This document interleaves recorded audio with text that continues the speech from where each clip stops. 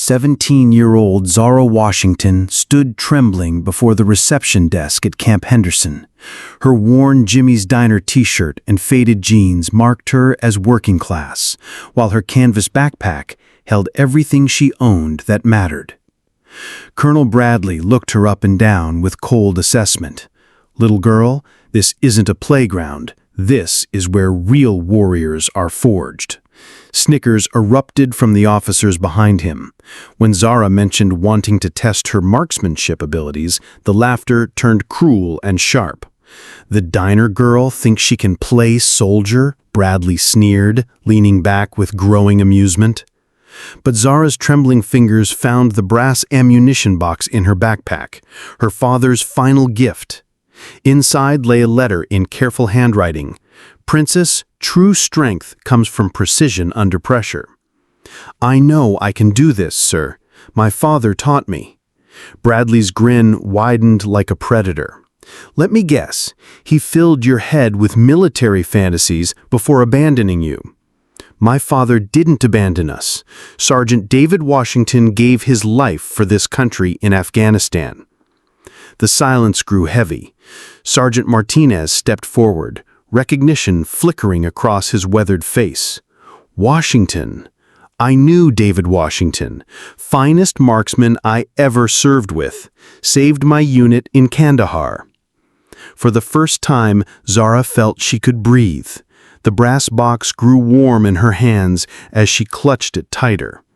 "Sir, I'm not asking for special treatment. I'm asking for the chance to prove that excellence runs in the Washington bloodline."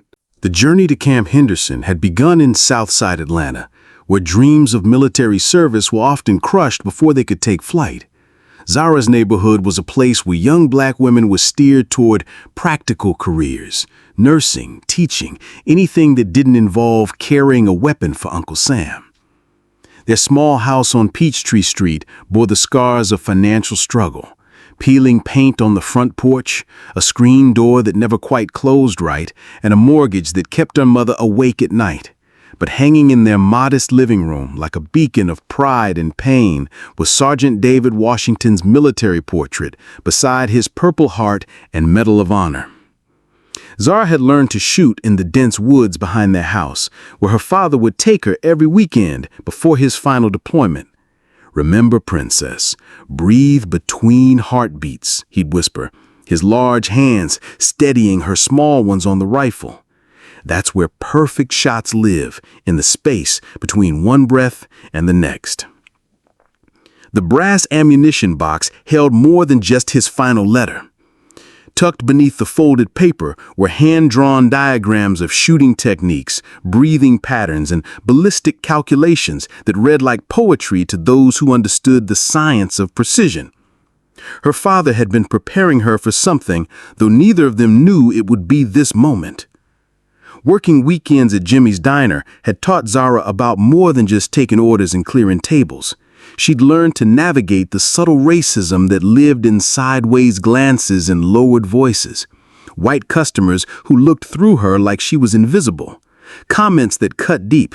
These people should know their place. Even at school, guidance counselors steered her away from military academies. "Have you considered community college, dear? The military might not be the right path for girls like you." The unspoken words hung heavy in the air. Girls who looked like her didn't belong in uniform. But every morning, as Aretha Franklin's Respect played on the old radio in their kitchen, Zara would touch the brass box and remember her father's words.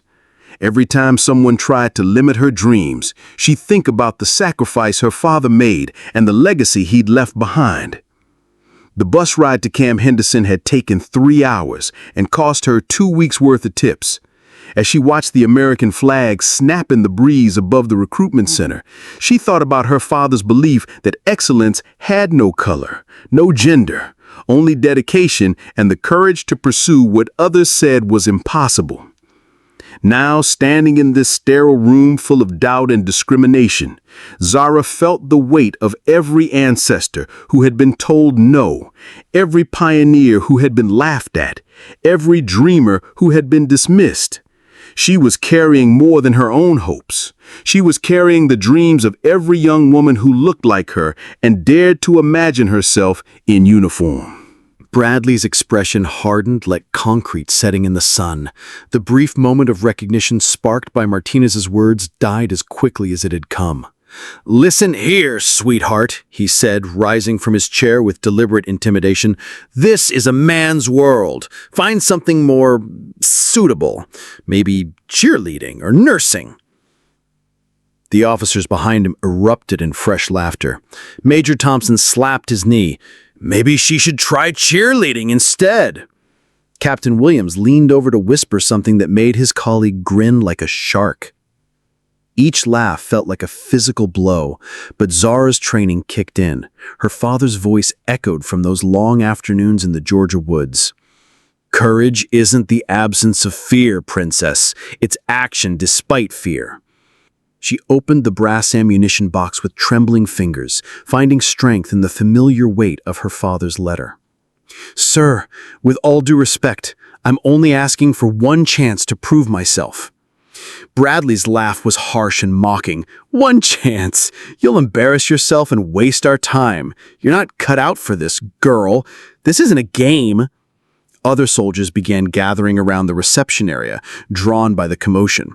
Some pulled out phones, anticipating entertainment, the kind that would go viral on social media as "girl fails spectacularly at military test." The thought of becoming an internet meme made Zara's stomach churn, but she forced herself to stand straighter. "These kids watch too many movies," Captain Williams announced to no one in particular. "Think war is all special effects and happy endings."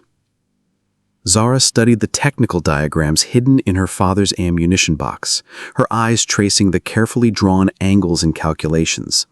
Each sketch represented hours of her father's experience, distilled into lessons he'd hoped she'd never need. But here she was, needing every piece of wisdom he had left behind. "I can do this," she whispered to herself, applying the breathing technique her father had drilled into her. "Papa believed in me, and that's enough."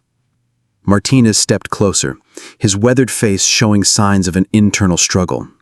The brass ammunition box caught his attention again. Something about its familiar weight and worn edges triggered deeper memories. Washington. I remember David talking about his little girl. Said she could hit a penny at 50 yards. The mention of her father's pride in her ability sent warmth through Zara's chest.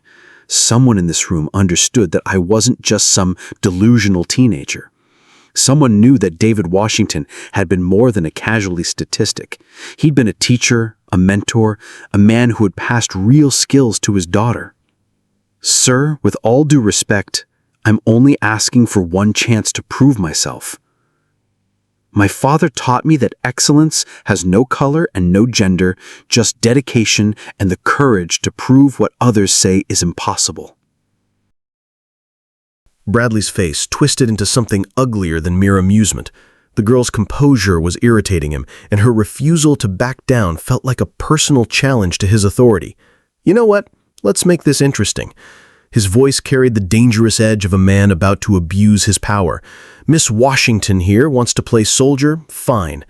He gestured theatrically to the growing crowd of onlookers. "But we're not going to waste time with beginner's luck. If you want to prove yourself, you'll shoot at 100 meters, not the standard 50. Private Johnson, a cocky 20-year-old with a smartphone already recording, snickered loudly. "This is going to be epic fail material. I can already see the TikTok going viral. Girl thinks she's a sniper. Reality hits hard." The unfairness of the challenge wasn't lost on anyone present. Even some of the soldiers looked uncomfortable with the deliberate stacking of odds against her. 100 meters was a distance that challenged experienced marksmen, let alone a teenager with no formal training. Zara felt her confidence wavering as she stared at the impossible distance. Her hands began to shake again, her breathing became shallow, and the cruel laughter seemed to press against her from all sides. In desperation, she opened the brass ammunition box and found a folded piece of paper she'd never noticed before. Her father's handwriting was smaller here, more urgent. "For the day when 100 meters feels like 1,000 meters, remember the breathing pattern, 4, 7, 8.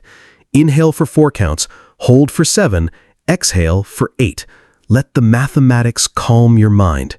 It was a technique he'd never taught her directly, saved for this exact moment of overwhelming pressure. The discovery felt like a message from beyond, her father's way of reaching across death to steady her hands when she needed it most.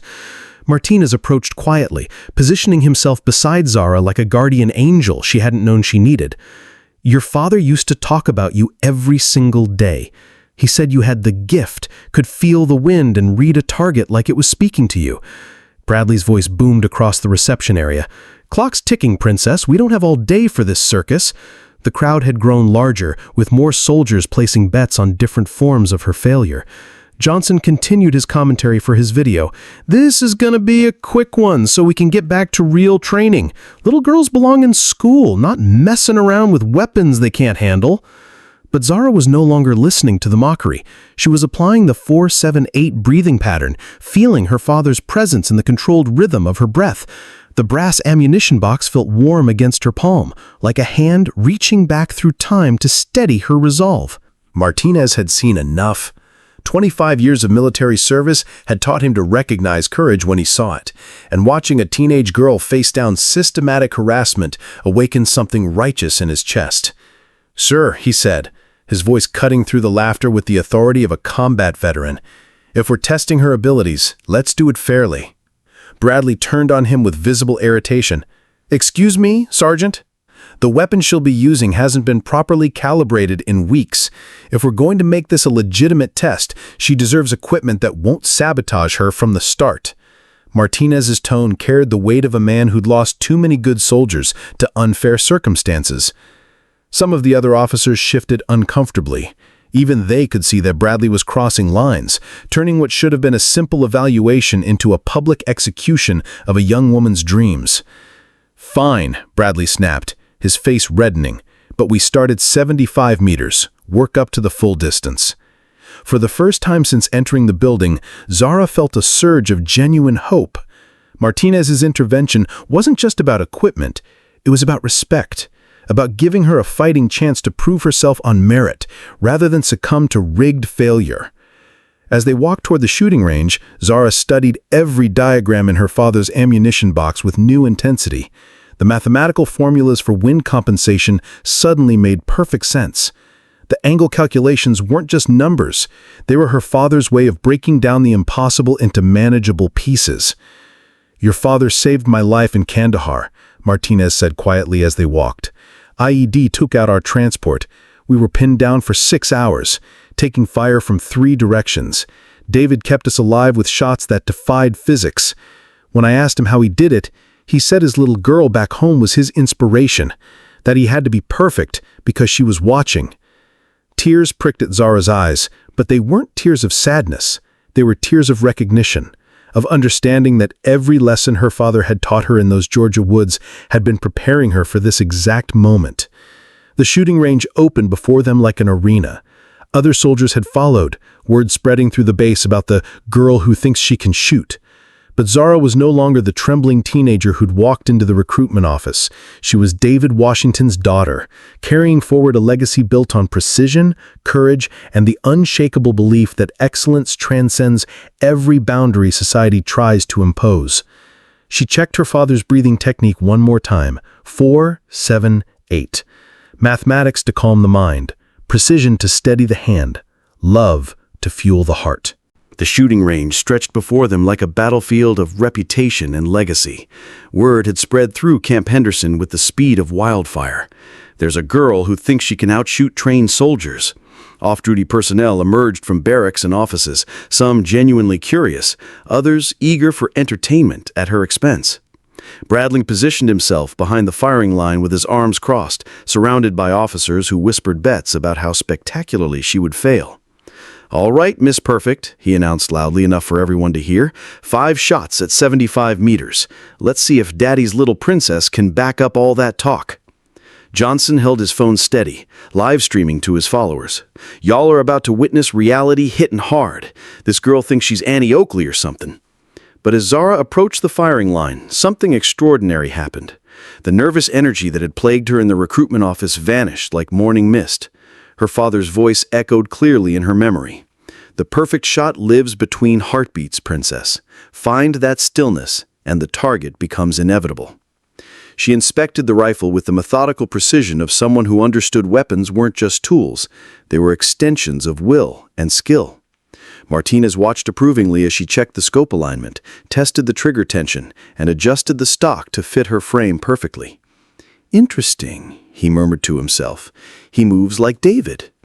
The first shot cracked across the range like thunder, sharp and decisive. Before the echo faded, Zara was already settling into position for the second shot, her breathing perfectly controlled, her body aligned with mathematical precision. Through his binoculars, Martinez watched the target with growing amazement. The first bullet had struck dead center.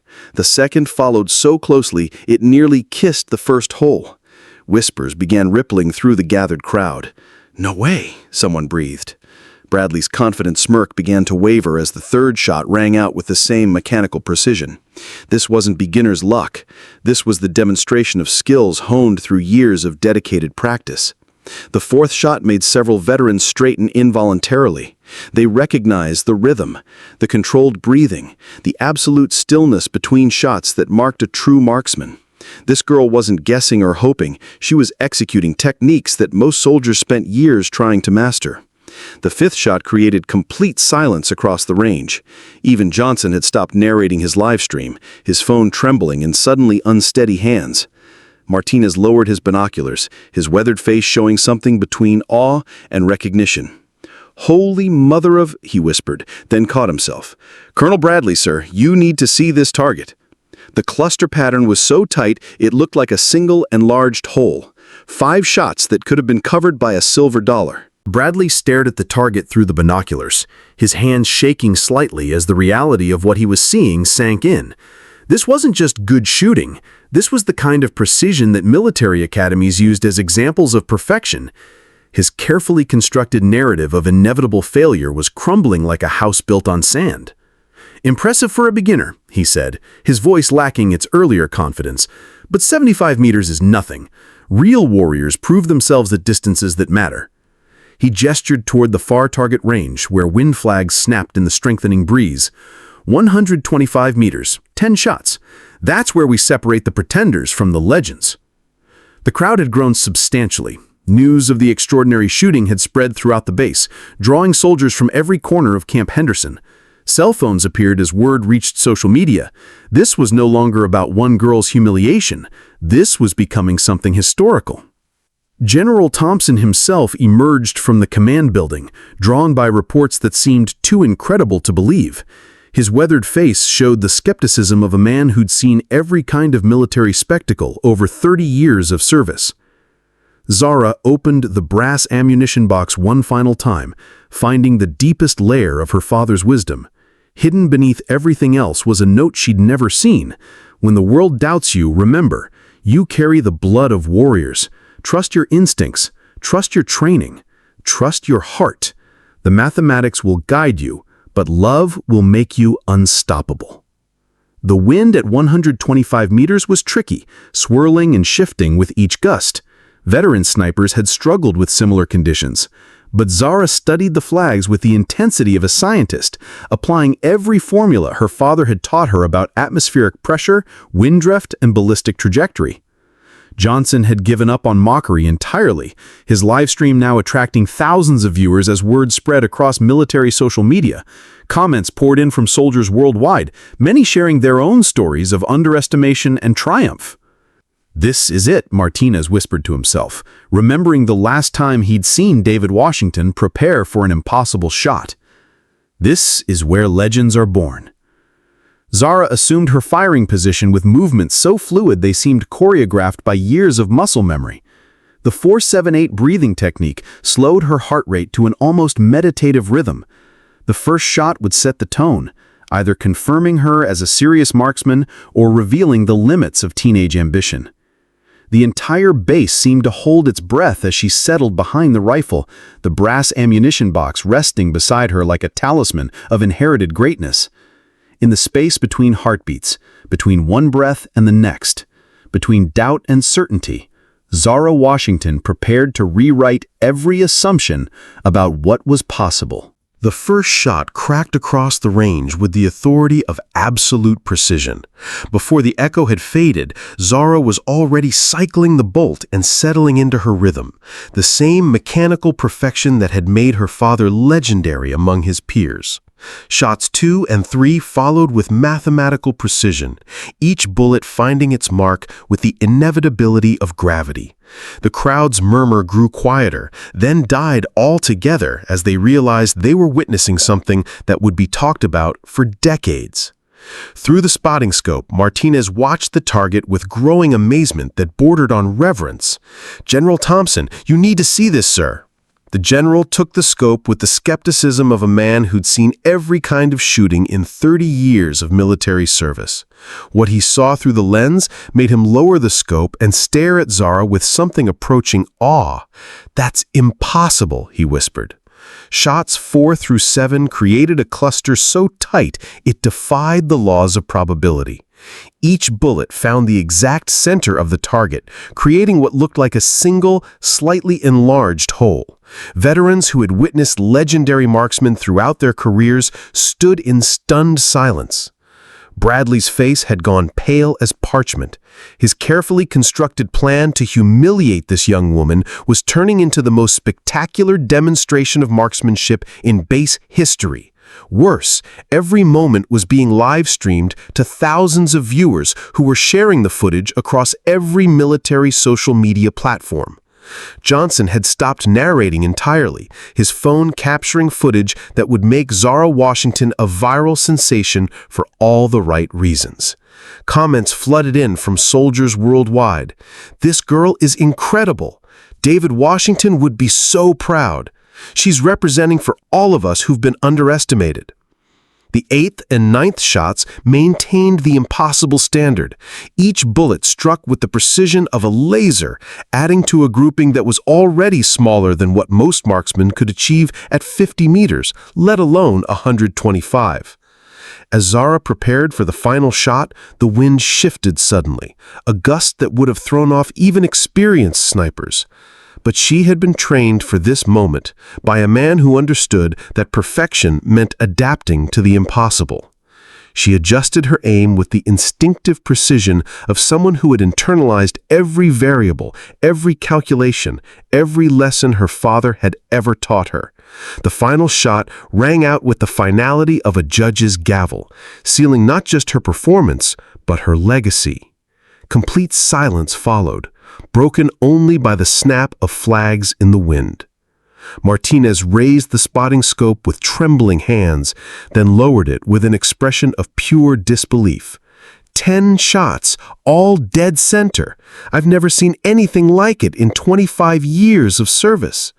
General Thompson stepped forward, his voice carrying the authority of 30 years of military leadership. "Young lady, what's your name?" Zara Washington, sir. Daughter of Sergeant David Washington, killed in action, Afghanistan. The general's expression softened with recognition and respect. "Ms. Washington, I'm offering you immediate entry into our elite military training program with full scholarship to West Point. What you've demonstrated today isn't just exceptional, it's historic." Bradley stood frozen in humiliation, his career-ending mistake playing out before hundreds of witnesses and thousands of online viewers. The man who had tried to crush a young woman's dreams had instead provided the perfect stage for her to shine brighter than anyone could have imagined. "Colonel Bradley, my office, 1 hour." But Zara's attention had turned to a young girl watching from the crowd, maybe 12 years old, dark-skinned, eyes wide with wonder and possibility. Zara walked over and knelt beside her, pulling the brass ammunition box from her backpack. "This belonged to my father," she said gently, placing the warm metal in the girl's small hands. "Someday, when people tell you that you can't do something because of who you are, remember this day. Remember that excellence has no color, no gender, only heart and determination." The girl's mother wiped tears from her eyes as her daughter clutched the brass box like it contained the secrets of the universe. "Thank you," she whispered. You've given her something to believe in." Martinez approached with a smile that transformed his weathered features. "Your father would be bursting with pride. But more than that, he'd be proud of the woman of character you've become." Within hours, the video had exploded across social media platforms. Hashtag Zara Washington began trending worldwide, with messages of support pouring in from military personnel, young women, and anyone who had ever been told their dreams were impossible. The footage would eventually be viewed over 50 million times, inspiring a generation of young women to consider military careers. 6 months later, Zara stood in the gray uniform of West Point, the youngest marksmanship instructor in Academy history. On her desk sat a new brass ammunition box, this one filled with letters from young women across America who had been inspired by her story. Beside it was her father's photograph and a certificate reading Outstanding Military Educator. But the real measure of her success wasn't in the accolades or the viral fame. It was in the dozens of young women of color who had applied to military academies after seeing her story.